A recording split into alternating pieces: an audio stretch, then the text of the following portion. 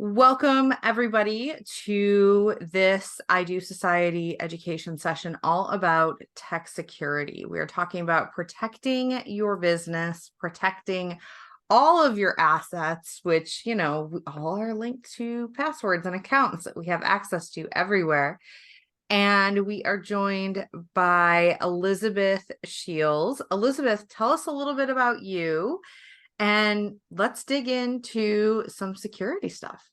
Yeah, great. Thank you so much for having me. I am one of the co-founders over at Rock Paper Coin, and Rock Paper Coin, we do contracts and invoicing for the wedding and event industry. As a previous wedding planner, based on the West Coast, we noticed a big gap in the market for software, and mainly tailored to the wedding industry, and went out and set out to build it.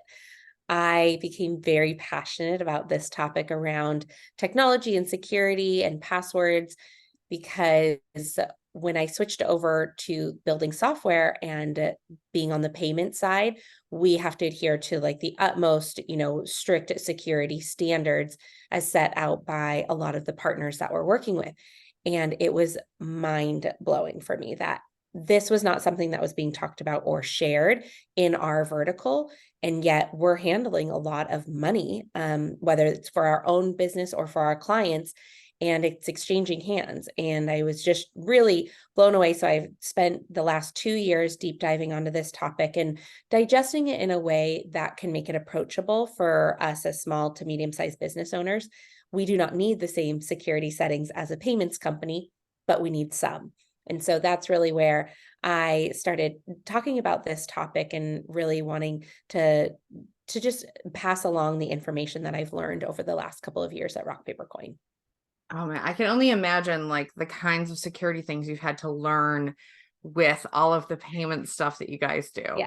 Yes. Yes. It's been quite a learning curve, but I'm excited because I now consider myself really an expert in the field. I've been at it for now 5 years. So it's great that I have the opportunity now to like turn back into the community and share a lot of this information and better protecting people's businesses and the assets that come with that. So I know you have some slides, but like Yes. high level, when we're talking tech security, digital security, like overall umbrella, what are we talking about? Yeah. So pretty much when you think about the security of your business as it relates to payments, like your assets, so that could be your social media, your website, these are all becoming the targets for hackers and data breaches. And so how do we as small business owners shore up our digital footprint to ensure that we're operating in the safest space possible, not only for those assets, but also for our clients' assets and what information you're storing. I do have slides that I've put together for us, and so I'll bring those up. This just really is meant to be more of an outline. I am happy to take this call however we see fit and dive deeper into certain topics. I did tell Heidi, stop along the way, ask questions along the way.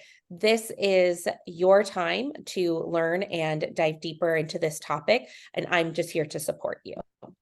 So with that, I will pull up and hopefully everybody can see my screen okay. So let's just dive right in. So this is an incredibly important topic because small businesses are the number one target for hackers. And this has increased in the last year by 424%. If we see those numbers anywhere else, that they are shocking. Yet sometimes when we talk about hacking and we see these numbers, we still think, but it's not going to happen to me. It's not my business. It's somebody else's business. Like the rental company down the street, they're much bigger than me. Like they're not going to come after me. What do I have to hide? Like these are all things that we have and we tell ourselves so that we don't have to do a little bit of that hard work to keep ourselves more protected. The majority of companies are unprepared to deal with a data breach or a hacking attempt, and the average cost is $700,000. So when we think about losing an asset, maybe it's our Instagram gets locked. The thing that we have to understand is there are hard dollars associated to this. It's your time, it's your money. Oftentimes there is ransom that's being held for assets. So this is the average cost. Just last December, there was a massive Instagram hack and people were holding accounts for ransom at $50,000. And so yes, 700,000 is a ton, but on the low end, 50,000, that's still a ton of money. And I'm going to guess a lot of us on this call here today don't have $50,000 just lying around to like hand over to some, dark web hacker. So we really need to pay attention and shore up our businesses to better protect ourselves. I So do know someone that happened to in our industry. I know. Amber Anderson that Yes. runs Refine for Wedding Planners. That happened to her. Her account was like ransomed and she had to fight it, but it took her a long time. I think she eventually got it back, but Yeah. like Yeah, it she was did. a lot of work A and a lot lot of of work. time. Yeah. And I mean, to her credit, she's so scrappy. I love her. She hired a hacker to hack the hacker to get the account back. Like, Smart. so amazing, so smart. But she had to pay somebody real dollars to have that happen. So even though she's not paying that 50,000 of the ransom, I don't know what she paid, but it's still money going out the door, Yeah. and so much time and so much stress too. So the thing for all of us, I think, on this call to really also understand is we oftentimes are growing up with technology. So we likely all remember a time where we didn't have technology. We remember our first computer and our first cell phone. The problem is that idea of growing up and learning as technology is learning, that's now outdated. Technology is growing at a faster rate than we can keep up with it. So if we are not doing the bare minimum, we're falling behind, and that's really when we become vulnerable. So we have to have this different mindset of I have to do the bare minimum in adopting technology, and if not, then I'm at risk. So what is at risk? It's any asset that you think is valuable and essential to running your business. Now, for me, what I would say is that's your website, your social media, and your payment portals. If you have other ideas, like feel free, drop them in the chat or come off mute and share them. These are the things that if we lost any one of those, it would be detrimental. Like it would have substantial impact to the company. So for you, write down a list of what that means. And that's then where we really want to have that as the background and the backbone for what we're going to be talking about. Okay, so the very first thing that I want to talk about is our websites. And for websites, this is really important to understand where there are potential like breaches and where you have security risks. So the first and foremost is to not work on a borrowed website. What does this mean? Right now, social media like Shopify, Instagram, Facebook have made it incredibly easy for us to operate a website on their platform. So we don't own any of those assets. We just have a Facebook page, we have a Shopify account, we have an Instagram, account, TikTok, whatever it is. The problem here is that when it comes to your websites, if they change the rules, does that mean that you have to change yours? If they start charging you, like if Instagram starts charging you on the business account or Facebook, do you have to start paying? Does that change your business model? So by operating on a borrowed site like one of those providers, you have a risk that they can change the rules at any time and that impacts your business. You don't actually own your site. So owning your website is incredibly important. And this is not the time to like DIY, stand up a website on your own. Invest in a good website. Website building has never been easier. There are incredibly powerful tools, especially around like AI generated websites that give you this really basic website that you can build on top of. You don't have to go and hire somebody and pay them $25,000. You can find it through Upwork. You can find, gig website builders that can do this for you.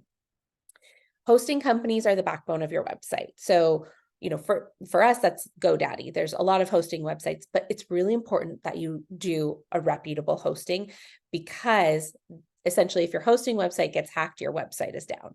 So making sure that you're creating this foundation for your business. Now, you might still want to operate on social media or on Facebook and have a business page up there. That's totally fine. You need to own the original asset so that your Facebook page is directing people to your website. That's where you're taking in your inquiries. It's not coming in through social media DMs. So linking out to an asset that you actually own is really important. And then Can I last but not ask least, a question? yeah. Is Weebly a good Yes. website, Yep. whatever you want to call it?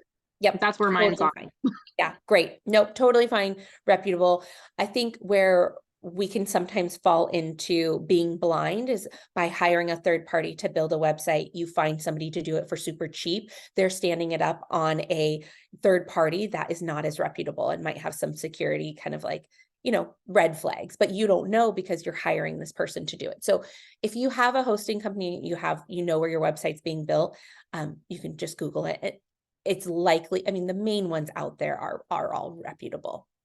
I will also throw out there that backups, investing in a good backup tool, like, yeah, your host has, a backup every so often. I have nuked my website more times than I can count.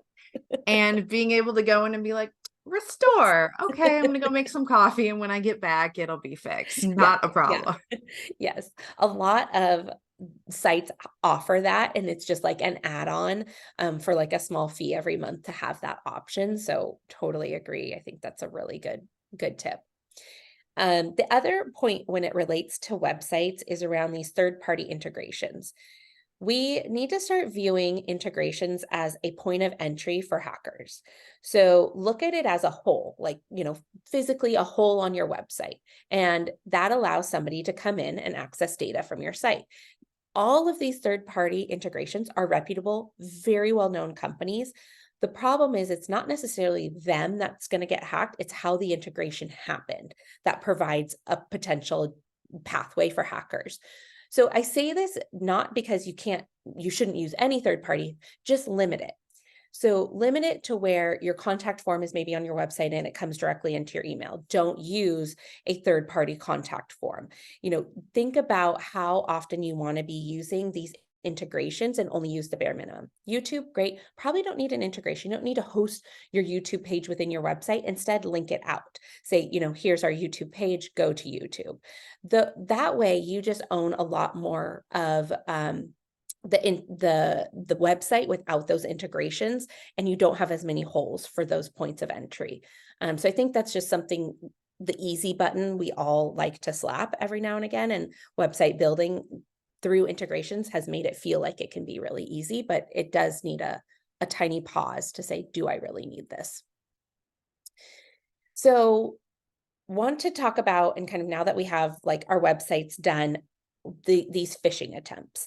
So phishing attempts are done in a whole host of way.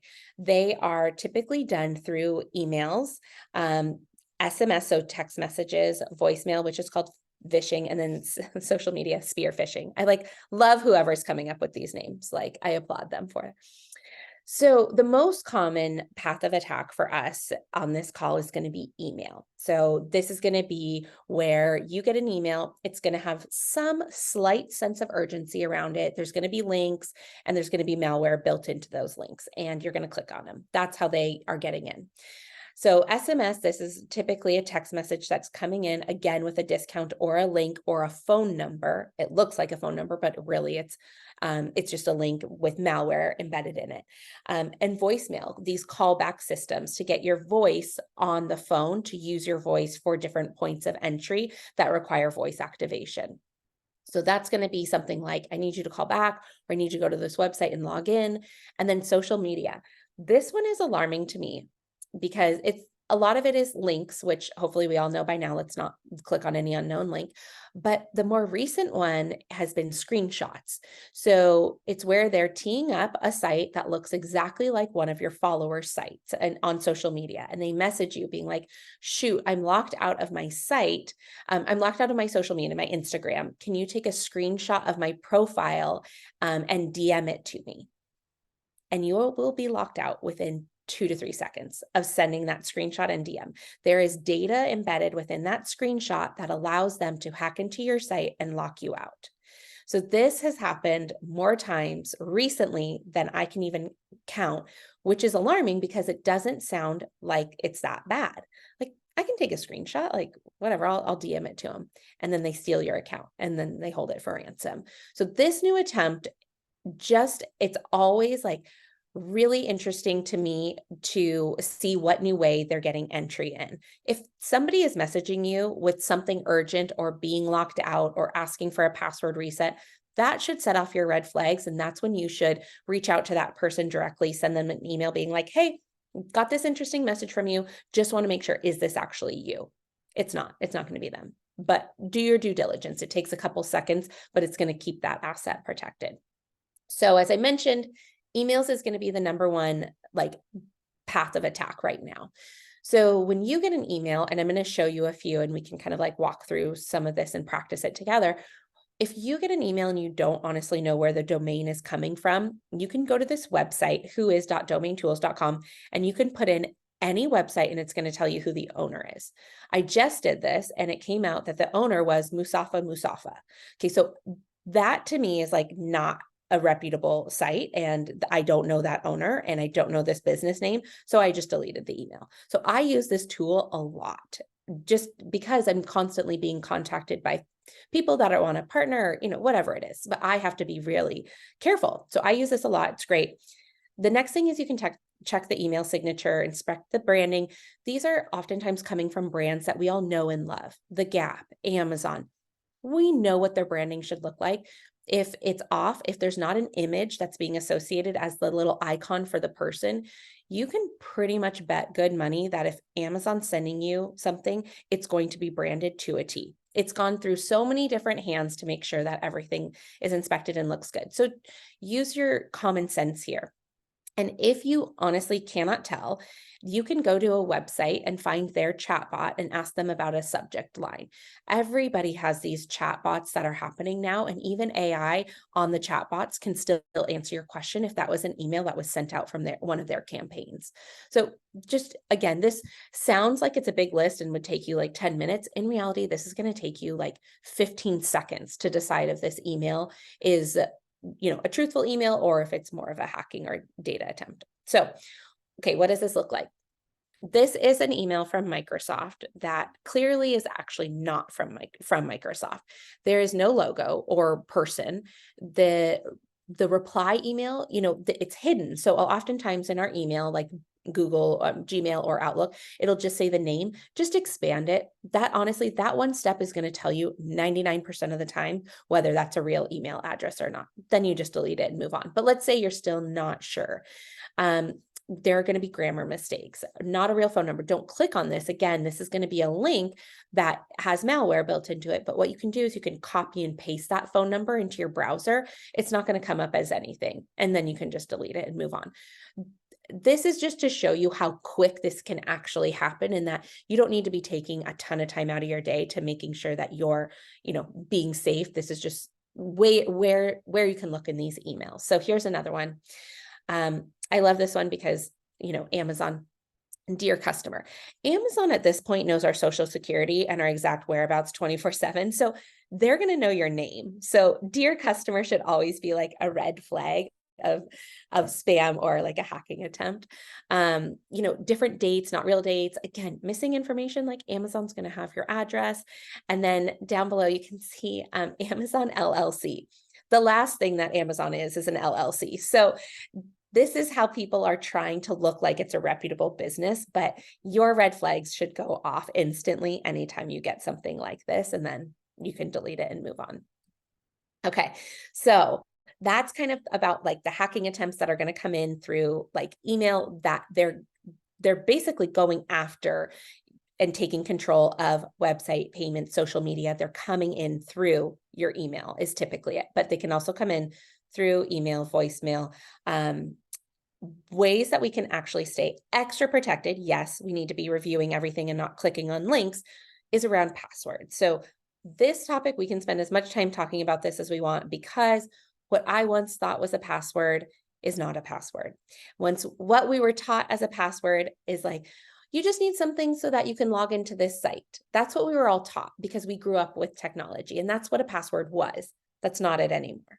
So this is the most common passwords in the United States today, which I think is funny on many levels. Hopefully none of us have any of these passwords out on websites right now, but it just goes to show that everyone's trying to do the same thing. Everyone's trying to pick these passwords that they can remember to log in. It's not actually to keep it secure. So what is a password? A password is a minimum of 8 characters. So that is some sort of, jumbled up. It's not typically like your first name and your birthday or your first name and your house number. Those are in the World Wide Web. Everybody can hack in. 8 characters. If you do not want to use a password manager, and I'll talk about what that is, then I need you to start using sentences instead of words. So something like, John likes cats or something like that. You can use sentences that are going to be harder for these hackers to guess. And instead of using the A, maybe use the @ symbol. Things that if you don't want to store passwords anywhere, but you want them to be easy to remember, sentences are a great way to do this. We were taught early on that you can repeat passwords and that if you change them regularly, you're going to be more protected. The National Institute of Standard and Technology revised this in 2020. They did a big research study around passwords, and they found that changing passwords regularly just meant that people were actually picking easier and easier passwords. So by the time they had changed it 5 times, it was so simple to guess. They were more protected by sticking with their original, more secure password. So they revised it. So standard, National Institute of Standard and Technology said, don't change passwords anymore. That's something that we have to unlearn now as technology users. We need to be picking one ultra secure password and then sticking to that. So I mentioned this just briefly, third-party sites. So these are password managers. LastPass and OnePass and Authy app are kind of the main ones. Our phone has it, like Apple has a password manager, Google has a password manager. Those are all great. The LastPass and 1Password are an extra step secure. This essentially is a vault of all of your passwords, and they prompt you for super secure passwords that are like 25 characters long, a complete jumble of, characters and letters and numbers, and there's virtually no way that somebody could guess this password. These vaults store your passwords, and these passwords then are kept here, and you now have to remember one super secure password to get into your vault. This is great because you can take all of that password remembering, you can delete all of the notes from your phone where you're storing passwords right now and move it all into a vault manager. The nice thing about vault managers is that when it's time to change your password, or if there was a data breach on a website, you can go in, they're going to prompt you to use ultra secure passwords.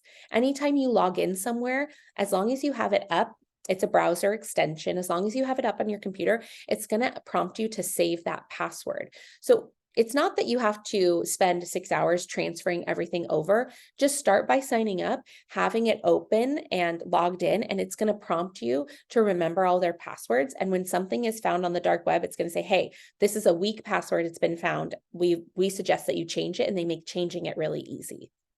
The one thing I also love about them is that they store all of your old passwords. So you now have a log for like Facebook. Essentially, if I go in and I change my password, but I forget to store it in OnePass, it's going to show me what my previous passwords were. So I don't have to go through resetting my password. I can just look at what it was, enter in the old one, then go through and change it again. These are really great tools. If there's probably one thing that I want you to take away from this entire talk today, it's around making sure you have a password manager. Sorry to interrupt you. Yeah. Something I use LastPass, something that they offer, and I'm sure OnePass does the same, that I never thought of until a couple years ago. I saw this mentioned. Let's say you fall into a coma, or let's say you die.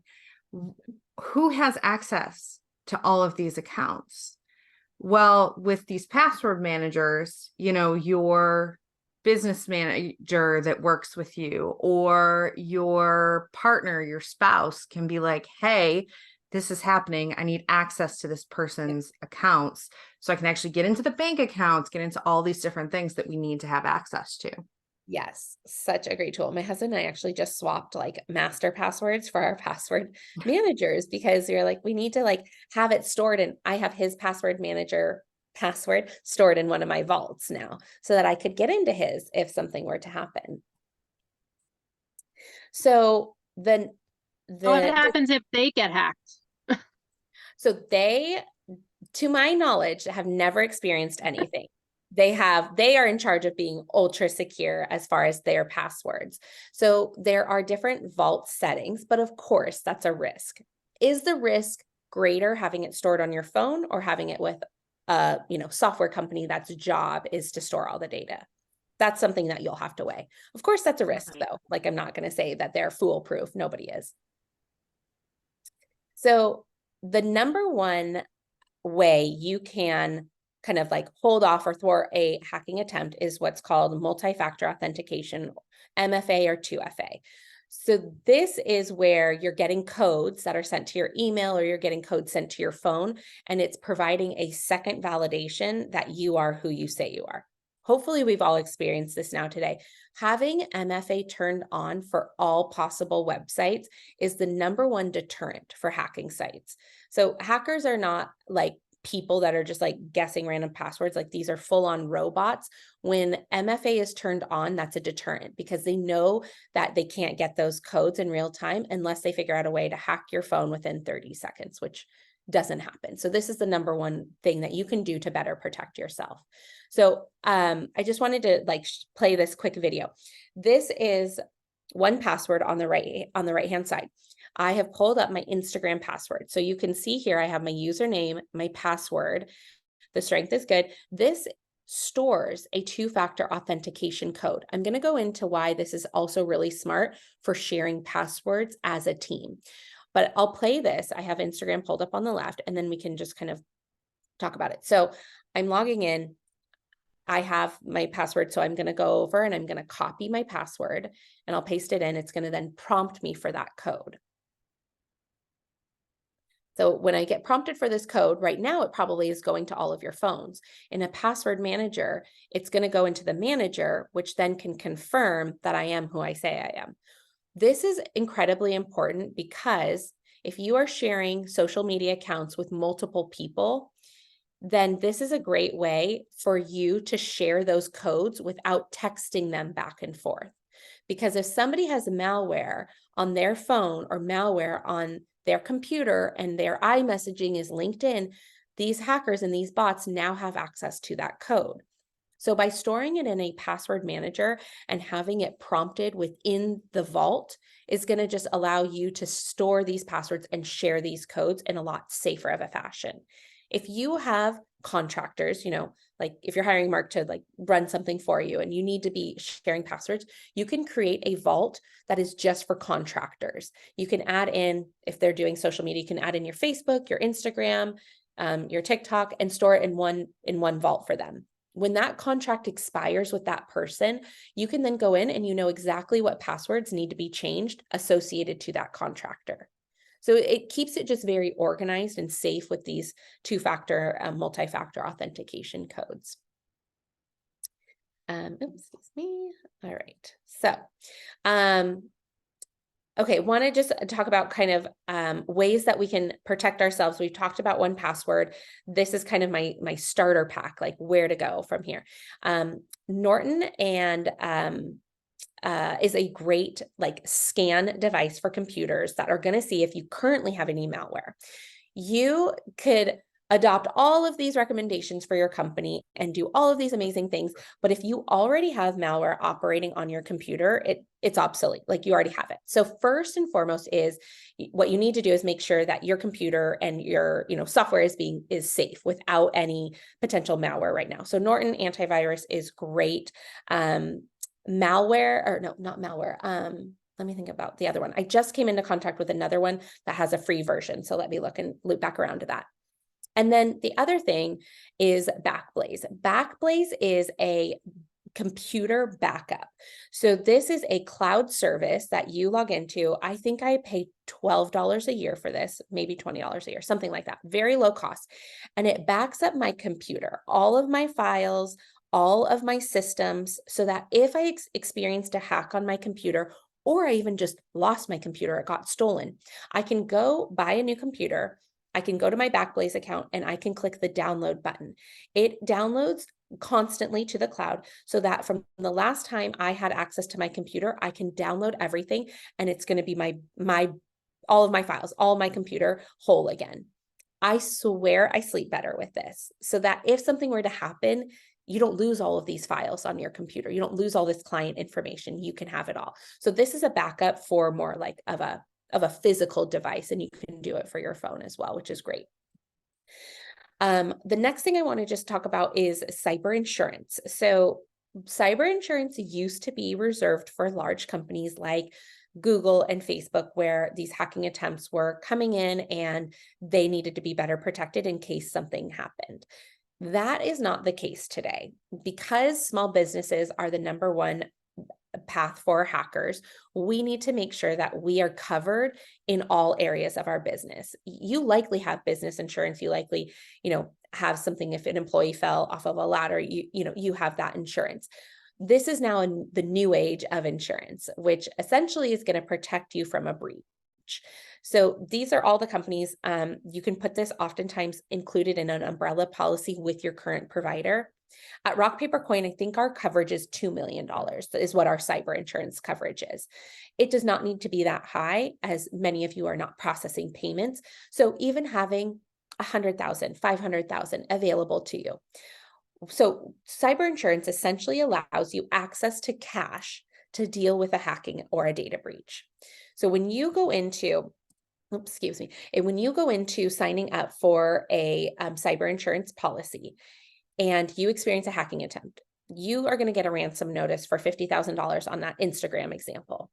You can claim that $50,000 from your insurance company and pay off that ransom immediately and gain access back to your Instagram account.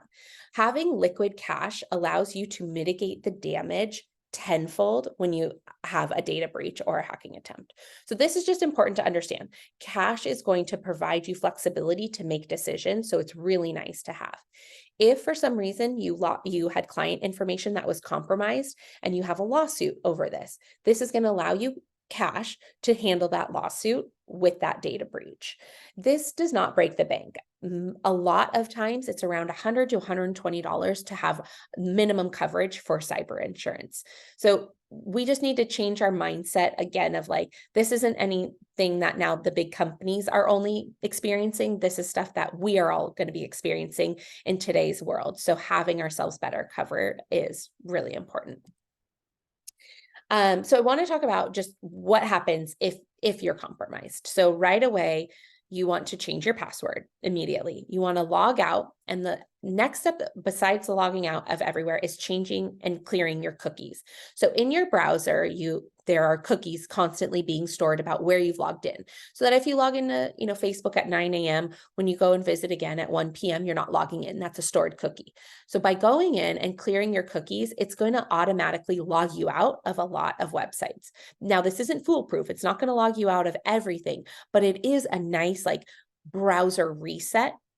The other thing that a lot of us forget is, in a very lovely world, we are being prompted to now sign in with our G Suite. You can sign in with your Outlook email. You can sign in with your Gmail. This is great, but if you experience a data breach on a site where you used your G Suite to log into, your G Suite is now compromised. So you need to go in to your Google account or your Outlook account, and you need to disconnect from all of those apps. I do recommend once a quarter going in and doing a quick audit. If I'm sending somebody a gift card and I have to sign up for some local delivery app in their city, I'm typically logging in through my email just for ease of use, but I am never going to be using that service ever again. So by going in and doing an audit of these, social logins is what they're called, it just allows you to make sure that you're keeping a tighter account on the aspects of the social that you're logging in through. You want to then go back. Sorry, was there a question? Did I just interrupt? Okay. Great. Me just hearing things.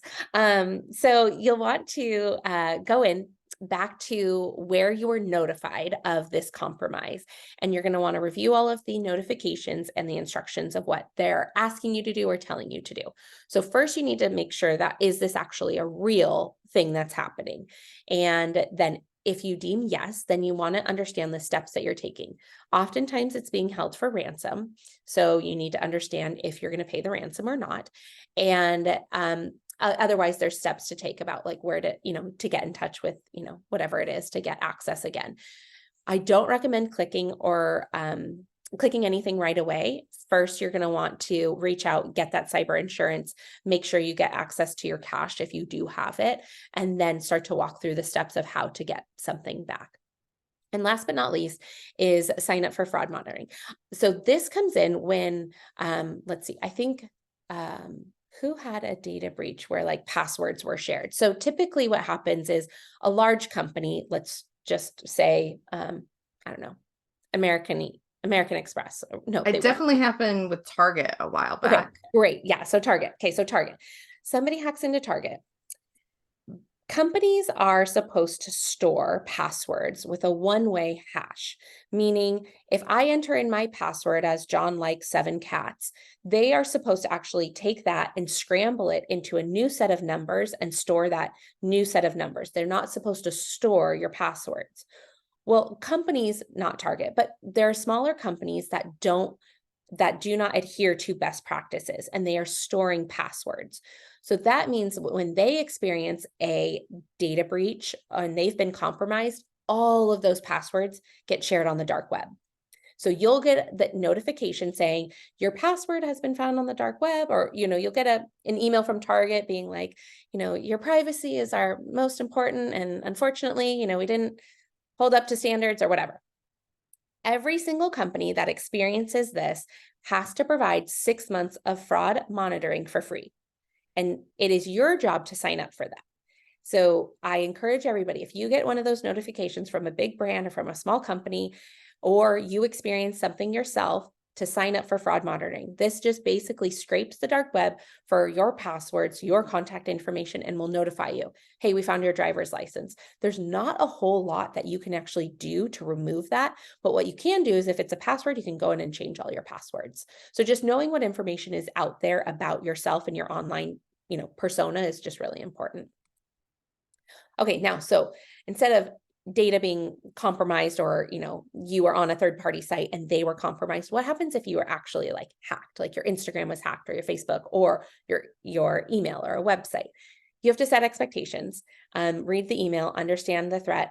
Then you need to decide the best path forward. I recommend putting together a kind of one-pager about your thresholds. What are the decisions that you're going to make? Are you going to pay to regain access to an asset, and how much are you willing to pay? Because what you don't want to have happen is for panic to set in and you decide to pay $100,000 for your social media account.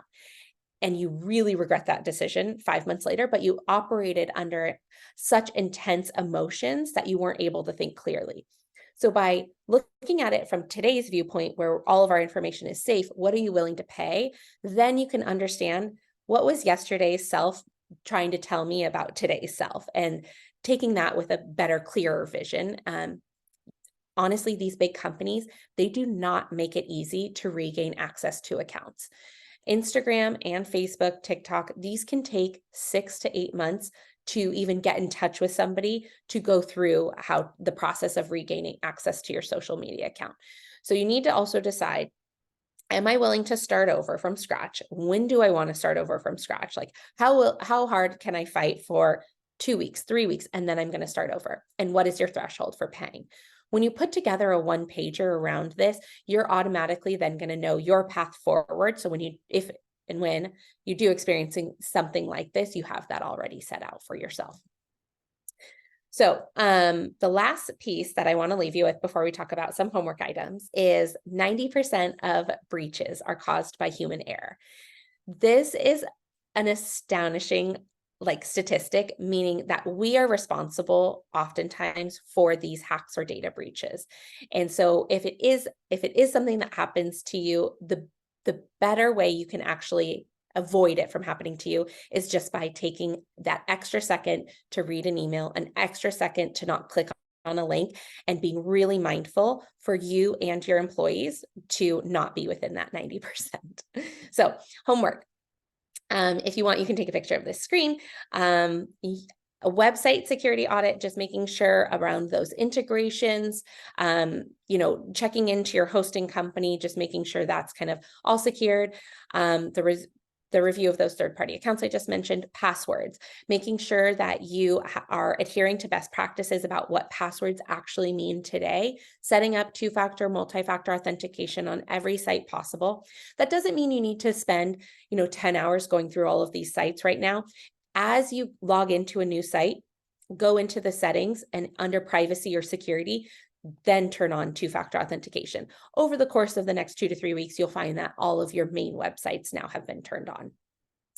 Update your computer, web and phone. We didn't talk a ton about this, but it's really easy.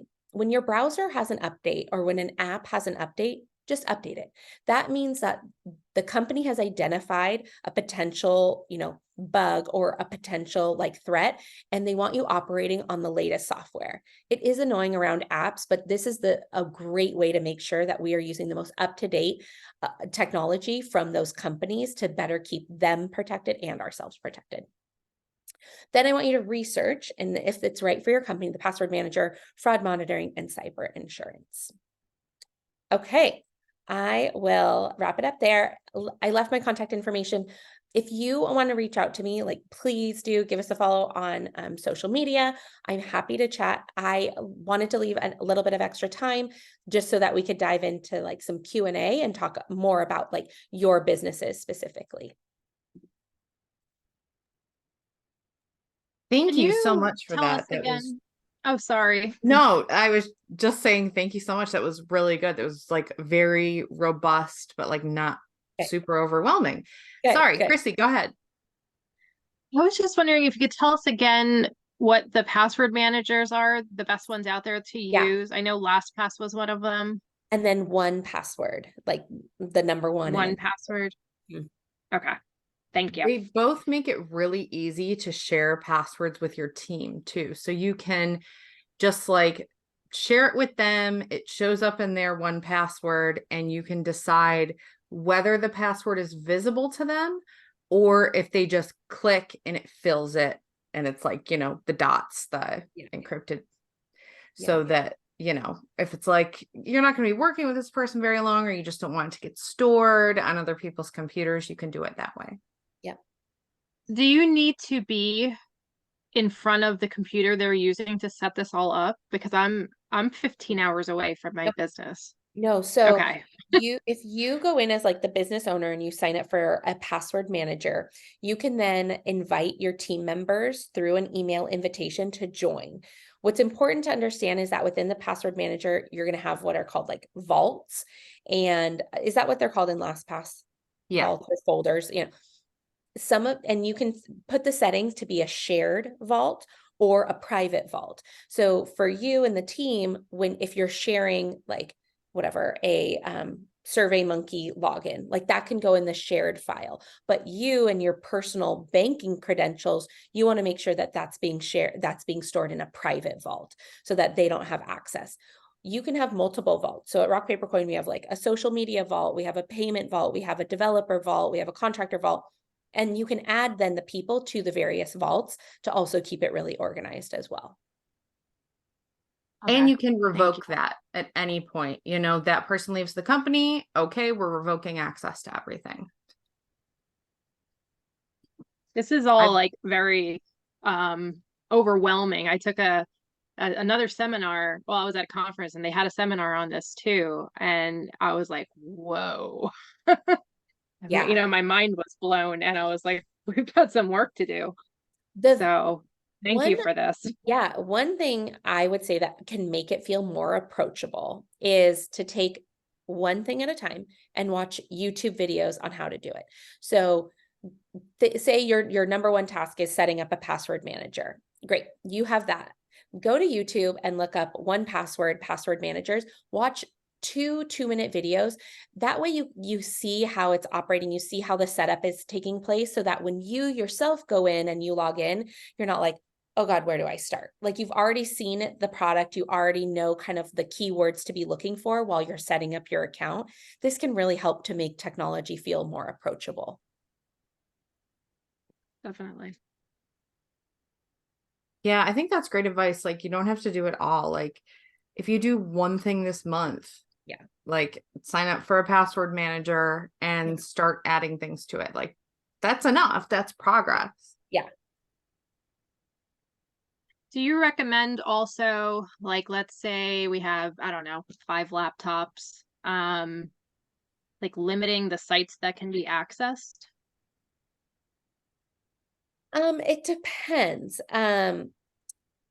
If you are dealing with really sensitive, like, client information, there is definitely a benefit to limiting those websites, but we don't at Rock Paper Coin, for many reasons, but mainly because there are ways to get around it, which make ways to get around to access those sites, which actually make it more dangerous to operate in.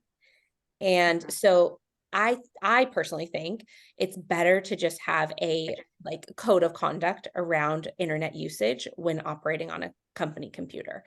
And we do have computer monitoring software on all of our computers. So at any time, our third party IT could log into a computer. So if we had whatever, like a disgruntled employee or somebody, a data breach on a computer or something, our IT company can go in and shut it all down.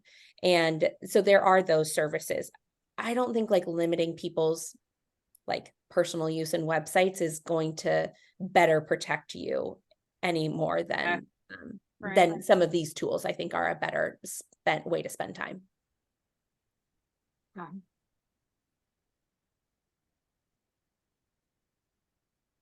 So it sounds like for you, Chrissy, your first step is probably going to be password manager. Would you say that's right, Elizabeth? Yeah. Yes. It's a good one. It's a Definitely. great one. Yeah, it's great. And honestly, like, don't hesitate to reach out. If you have questions, YouTube's awesome.